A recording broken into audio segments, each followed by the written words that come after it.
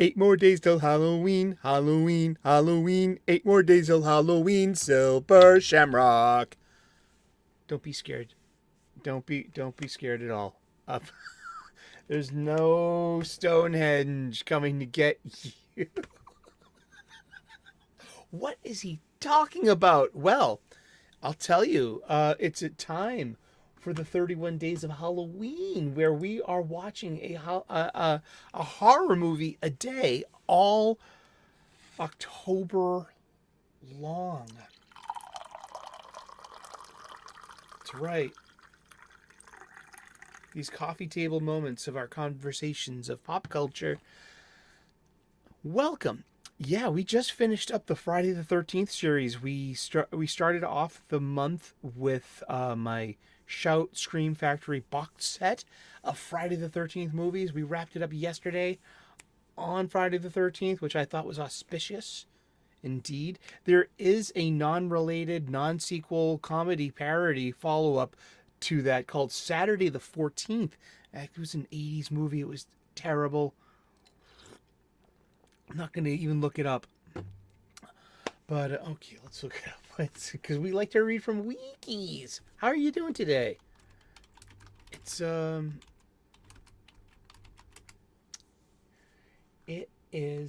from 1981. Yeah. It's a 1981. I'm reading this from, you guessed it, the wiki.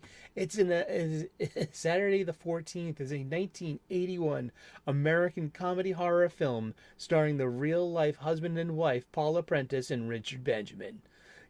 Dun dun.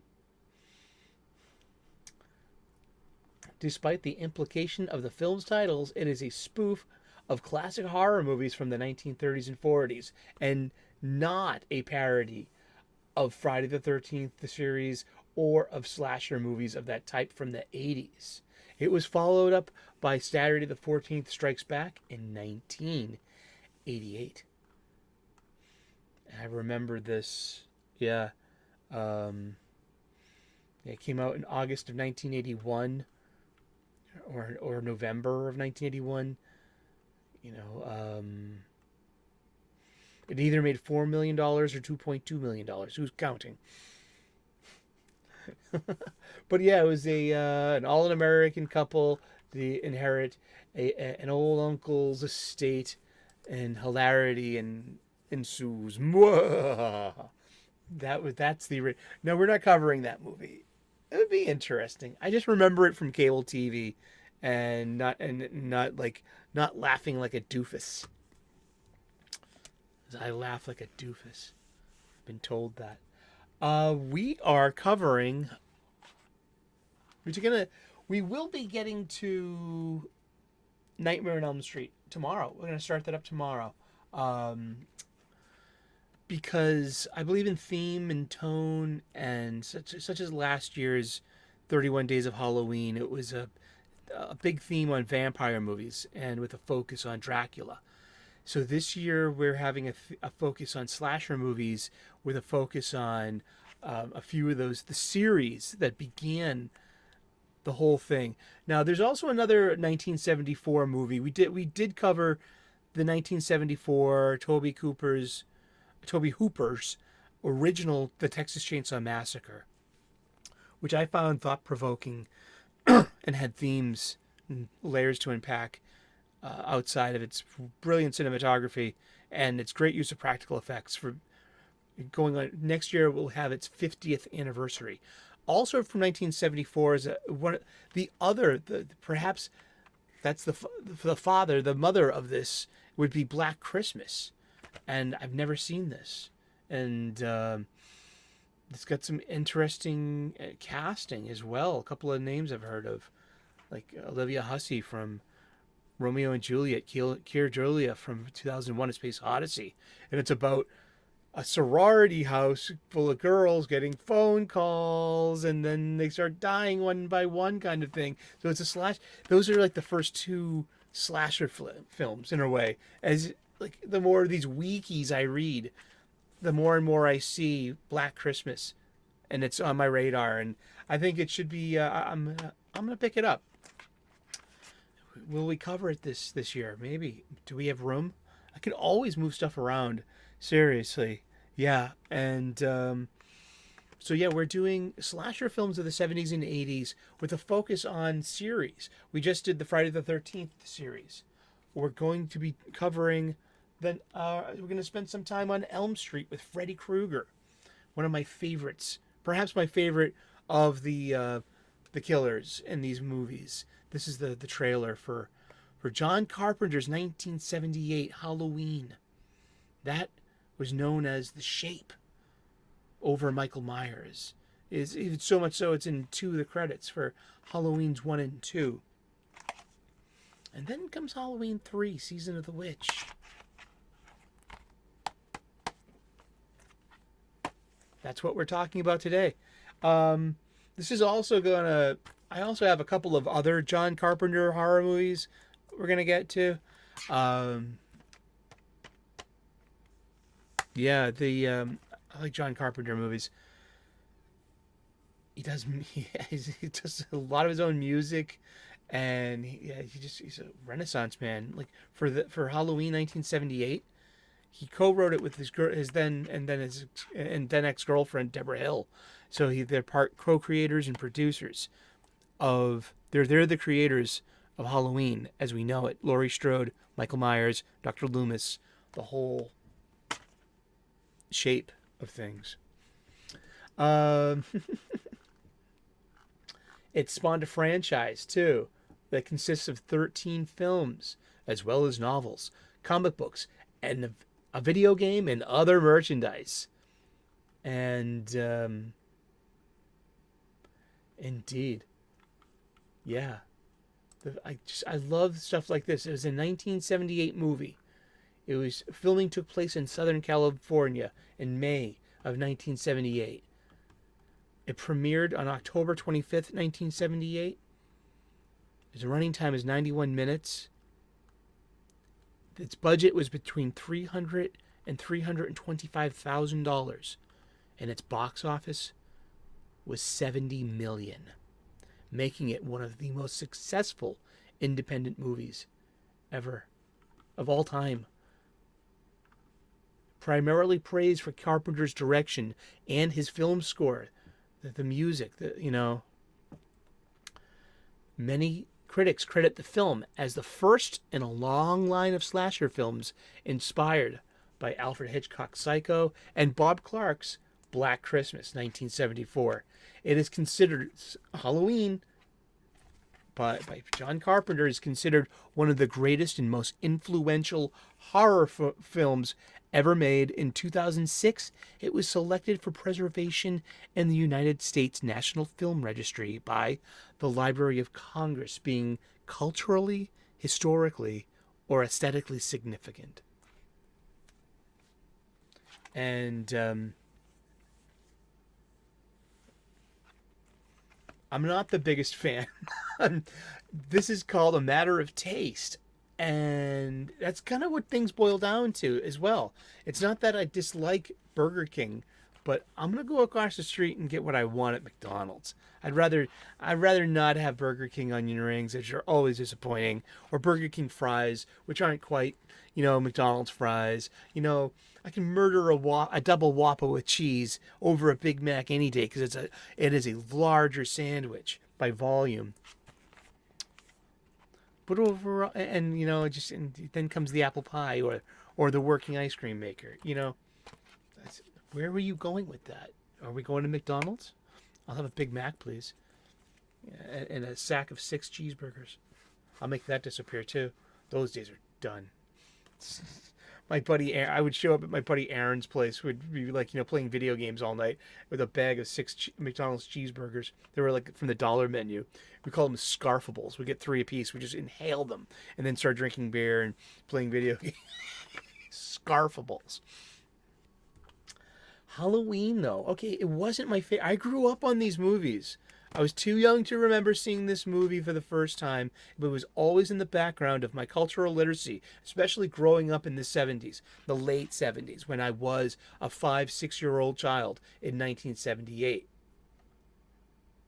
No, I was a 6 or 7-year-old child, in 1978. So watching Halloween 1 very emotional and moving for me because I remember what the world looked like back then. Especially you have this scene of the kids and the kid getting bullied at school, which is their fashion and that's the way the light looked, and just like everything that like I remember being that size and dressed just like that because it was a contemporary 1978 movie. So it was very, and also Halloween 1's interesting because it's a good movie. The sequels are sequels. They're just, but this is a standalone movie. Okay, as a slasher movie, it's it's got elements of slasher to it, and more of that Hitchcock thing, where where you didn't show, or you didn't need to show, or maybe you didn't need to spend all that on gratuitous gore and special effects. This was more of an emotional, a tonal thing. This was about mood. This was like the noir aspect of this was the small town turning, like, not being the safe space that it usually is, or its subversion of it being like, safe. This quintessential American town with quintessential American people, and especially teenagers. And it has Final Gal, it has Masked Killer, but it's just this is about tension and about suspense. This is a very suspenseful movie. I can see totally. This is more visually like as a movie. Its flavor, its texture. This is definitely in a Hitchcock kind of frame of reference of moody lighting, great camera work, great music, great framing. Good characters, good actors acting. Um, it's well story told, but it's not my favorite. I'll take Freddy Krueger and Jason any day over The Shape. Michael Myers. He was credited as The Shape, but Michael Myers was the character, like shown in flashback. Small child Michael Myers, Michael at 7, Michael at 21, and then there was The Shape. It was another actor, usually maybe even a stunt, maybe even just didn't The Shape have a stunt man as well? So wasn't there like 4 Michael Myers in Halloween 2 at least? Something like that, or Halloween was it? I read the credits on these things. I like credits. It's called denouement. It's part of the emotional experience of watching a movie is being tuned in for the credits and enjoying the music and the fade to black and the rising lights where you re-enter normal space in time. Hence the dark room of a cinema. It's like a sacred space, like a church or a temple or a sacred space. Yeah, it's like um, Mircea Eliade said this in The Sacred and Profane. I'm an amateur theologian that it's like just when you made the temple or the church and you entered the doorway into that space and you have left temporal, real world, man's world, human world, reality, and you have entered a metaphorical, physical, emotional, and spiritual space where your imagination meets your faith, and things quite possibly could play a different rules inside these spaces. Yeah, so this movie is a masterpiece. It really is. But as a slasher movie goes, it's pretty dull. Yeah, I mean, it's just like it's a different flavor of slasher movie. It's slasher movie very well done and probably made for a greater audience because the the sequels are derivative and become slasher, which becomes gore. See, Carpenter went on to do other things with tension, especially in The Thing, in horror, especially with Christine. Those are 2 movies we'll be revisiting coming up this month. We've got John Carpenter's The Thing, and we've got John Carpenter's Christine, and we've got John Carpenter's Halloween. So he's just a master of horror and suspense. and that's in storytelling, and it's not necessarily in special effects or in gore. So this movie works. It's just, and it's really good, but it's not my favorite. I mean, oh boy, once again, just beautiful women, beautiful actresses, photographed at a certain age in their life. You know what I mean? Just like, I just, one thing I hope is that these actresses can look at these films like 40 years later and be like, oh, look at me, I was so pretty then. To say something like that, if you're going to say something about the nudity or the TNA or the objectification or the male gaze, you can always say, like, it's also a celebration of female form, the raison d'etre of male gaze. It's not, or why is male gaze just a package of negative expectations? Where is the beauty in the art, and the appreciation and respect? It's, hey. But I'm talking also not just about Halloween 1, which was the best of that. I think it's the best of the movies, of course. I mean, released on October 25th, 1978, directed by John Carpenter, screenwritten by John Carpenter and Deborah Hill. And also, John Carpenter and Deborah Hill were the screenwriters of Halloween 2, which is a direct sequel. So, on October 30th of 1982, 3 years later, 79, 78, 81. Now you've got Jamie Lee Curtis back in the act, and she said, so it's from once was a natural haircut, comes more makeup and a wig to make her look like Laurie Strode at 19, now being played by an actress, in her beautiful actress, beautiful subject, Jamie Lee Curtis, who doesn't get topless until Trading Places in 1984, a comedy. Comedies, action movies, and slasher movies. There was always maybe this Greek/Roman thing of feminine beauty, and that's it. Maybe why does male gaze have to be a package of negatives? Where are the positives in male gaze? I see them, but Halloween 2 takes place minutes following the first one, 3 years later in our temporal time, and so we enter this magical space of the dark movie theater. We are transported minutes after Laurie Strode is brought to the hospital, and so it becomes a piece where we see Lance Guest from Last Starfighter. Donald Pleasance returns.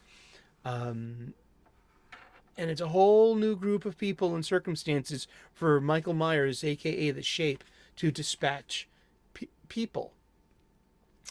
And like there's the hot tub scene, which is pretty darn gross and not merciful at all,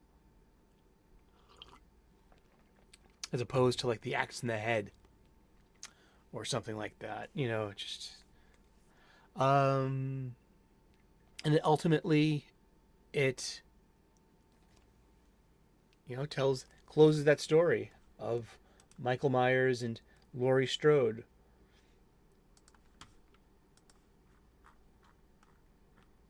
At a $2.25 million budget and a $25.5 million box office.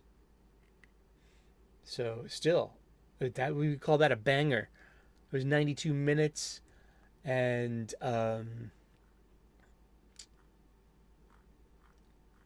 it's not that good. It's just it's not that it's great. It's not that it's bad. It's a paint by number slasher film, and this is what we're also talking about series as well. We've talked about the Friday the 13th series. We're going to talk about Elm Street as well. So when you have series and you perpetuate through sequel and you embrace its role in genre, the expectations of the guest as well, of the viewer, like also like we did the Hellraiser movies last year, series, and they stick to formula. They stick to, they stick to their IP as well, unless you have a brilliant crossover, such as with New Line and Paramount and Jason and Freddy, which is, looking forward to getting to that. Imagine if there would be like some like some Ready Player One kind of level of horror movie where you can unite all the slashers against all the monsters. You know what I mean? That's probably already been like dream pitched before, but imagine if you had some kind of scream team of like Michael Myers, Jason, Freddy, Leatherface, Pinhead versus say Universal's Dracula, Wolfman, Frankenstein, the Bride, Invisible Man, at all. You know what I mean? This is what it's like when worlds collide. Are you ready for me? Are you ready to go? 'Cause you wanna go, baby, baby. Are you going with me? 'Cause I'm going with you. Baby, baby. Thank you. Bringing us to Halloween 3 Season of the Witch. Okay, and this is going to sound funny. I'm a funny dude. I'm not saying this to be funny. It was released 1 year later in October of 1982. It was produced by Deborah Hill and John Carpenter. But it was written and directed by Tommy Lee Wallace. And who also did the 1990 Stephen King It for ABC TV, which is really, really good. And I think actually superior to the most recent one. It's hard. I didn't like that. And I love Stephen King's It, and I love Stephen King movie adaptations usually. And the last It chapter 2, I skipped chapter 2. Fuck it. I said fuck it. Maybe we'll do It next year. That would be great. Maybe let's do a Stephen King series, a series on Stephen King series, and get like Tommyknockers, the Langoliers, like Night Flyer, which is like one of my all-time favorite Stephen King short stories. There's so many there are so many Stephen King adaptations out there. I mean, wow, that would be cool. I love it. Let me know. And coming to Season of the Witch, Halloween 3, which ends up being my favorite story-wise. It literally has nothing to do with Michael Myers. And it's all about this like secret society that has has stolen one of the Stonehenge stones and is trying to manifest evil spiritual energy, and it's succeeding too. And it has this weird thing that's going to corrupt all the children through the masks that they made. There's like a little tag on it, like an Apple tag we would call today. They're like called Apple tags 40 years ago, huh? You put your Apple tag on your kid's Halloween mask, right? And then when the kid sees the commercial on the day of Halloween, that they're going to be programmed to either I don't know if drop DEAD or be converted into the masses of the Warlock's army or something. I have no idea. Dino De Laurentiis produced it, which is interesting. 99 minutes. It was $4.6 million budget. And it only earned $14.4 million. I'm going to read this, you guessed it, from the wiki. The film departs from the other slasher genre of other installments. Instead, features a witchcraft theme with science fiction aspects. John Carpenter and Deborah Hill believe that the Halloween series could have been an anthology series of films that centered around Halloween night, with each sequel containing its own character, setting, and storyline. Bravo. Why not? I mean, all they've done is it's been Laurie Strode versus Michael Myers, in a way, since for the majority of those. But yeah, at least 3 had the courage to do something like that. So that I dig that spirit, and maybe that's why I dig part 3 the most. It was in heavy rotation in 1983. I'm 11 years old, and on pay TV, on HBO, and I saw Halloween Season of the Witch at 11 years old over and over and over and over and over and over and over again. I forgot how intimately I know this movie. When I watched it the other night, I'm like, wow, I remember every second of this movie. I just haven't thought of it in decades. Man. So, director Wallace stated that there were many ideas for Halloween themed films, some of which could have potentially created any number of their own sequels, and that Season of the Witch was meant to be the first. And, oh, yeah, let's see. Let's just run all the way to the end here. It's about Sam Hain and the pagan celebration of the color in winter. It's right. It's like it tries to um, use Sam Hain, as something, and that was written on the wall in blood in part two. Interesting, huh? And they bring Stonehenge straight from, and not from the Spinal Tap, um, not from the Spinal Tap, you know. Ah, upon viewing the big giveaway, the microchip on the masks activate, killing the wearer with brain damage and releasing a swarm of insects and snakes that will kill anyone nearby.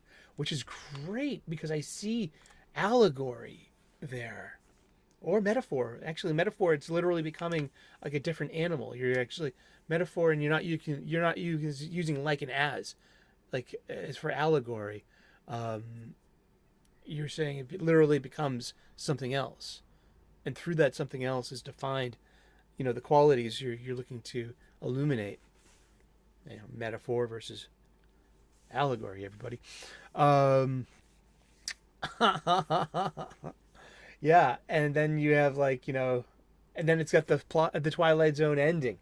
Yeah, Tom Atkins as Dr. Dan Chaklis, Stacey Nelkin as Ellie Grimbridge, and Dan O'Hurley as Connell Cochran.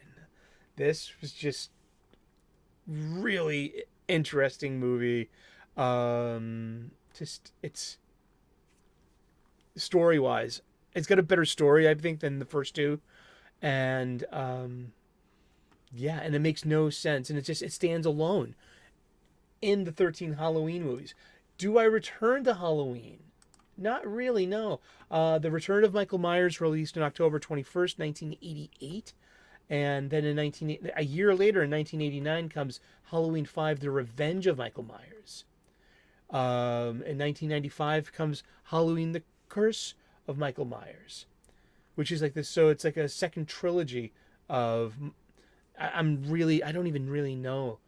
And I think, isn't the whole point, at the end of, one of them, Laurie Strode it's Jamie Lee Curtis herself, and she shows up.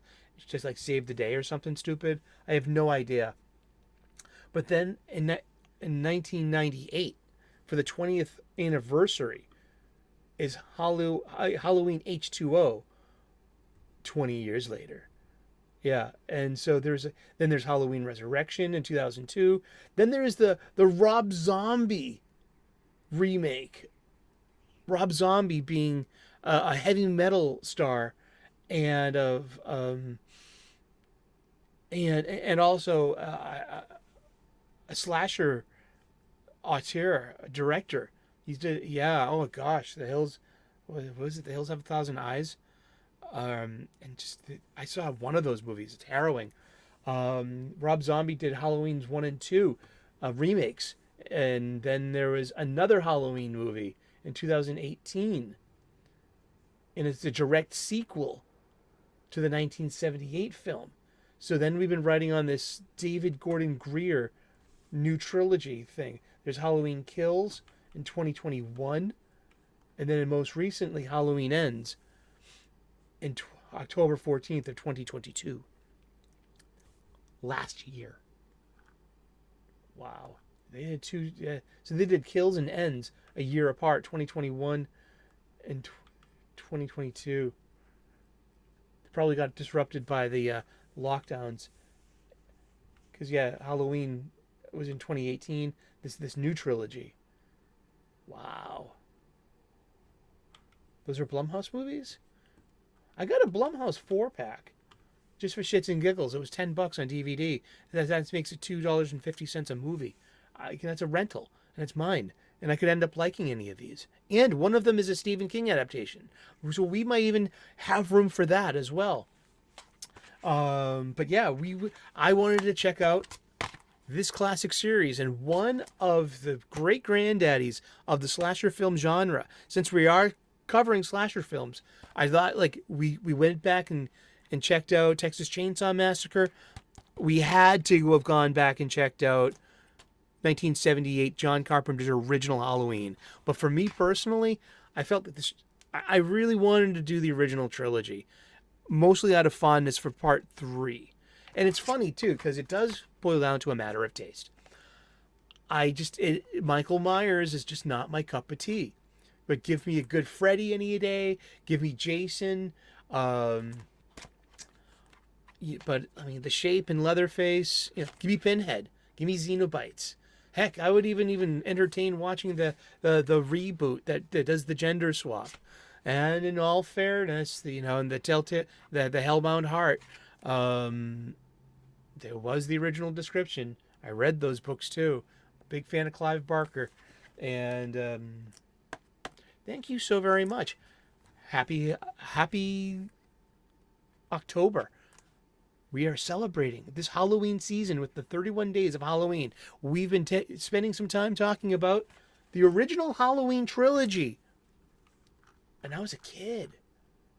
Yeah, from 1978 to 1982, in 4 years, 3 movies, establishing the foundation and groundwork for a huge franchise. And having the vision and the intention, if you wanted to make it an anthology and branch out creatively from here's a good place to put it. Nice. I like that a lot. I really do. And it's a line of movies I respect more than I enjoy. But I had to bring them up. I mean, we're talking about slasher movies and the series, and this is one of the big ones. Thank you so very much. Please like and subscribe. I would love to earn your subscription. Tomorrow, we began some sleepovers on Elm Street with our babysitter, Freddy Krueger. Happy dreams. This has been pretty fun too. I started this up the other night, and it's we're gonna like dovetail into also body horror, because it's gonna be a good place to pick up on body horror after all these magnificent special effects that we're about to check out. So yeah, we're gonna do some we're doing slasher movies and a little bit of body horror and whatever that comes across the way too. But thank you so very much. Thank you. Please like and subscribe. Turn on those notifications. You will learn how to tell time, I swear. And we will see you in that dark movie theater. 7 more days till Halloween. Halloween, Halloween, Silver Shamrock. Mwah! Mwah!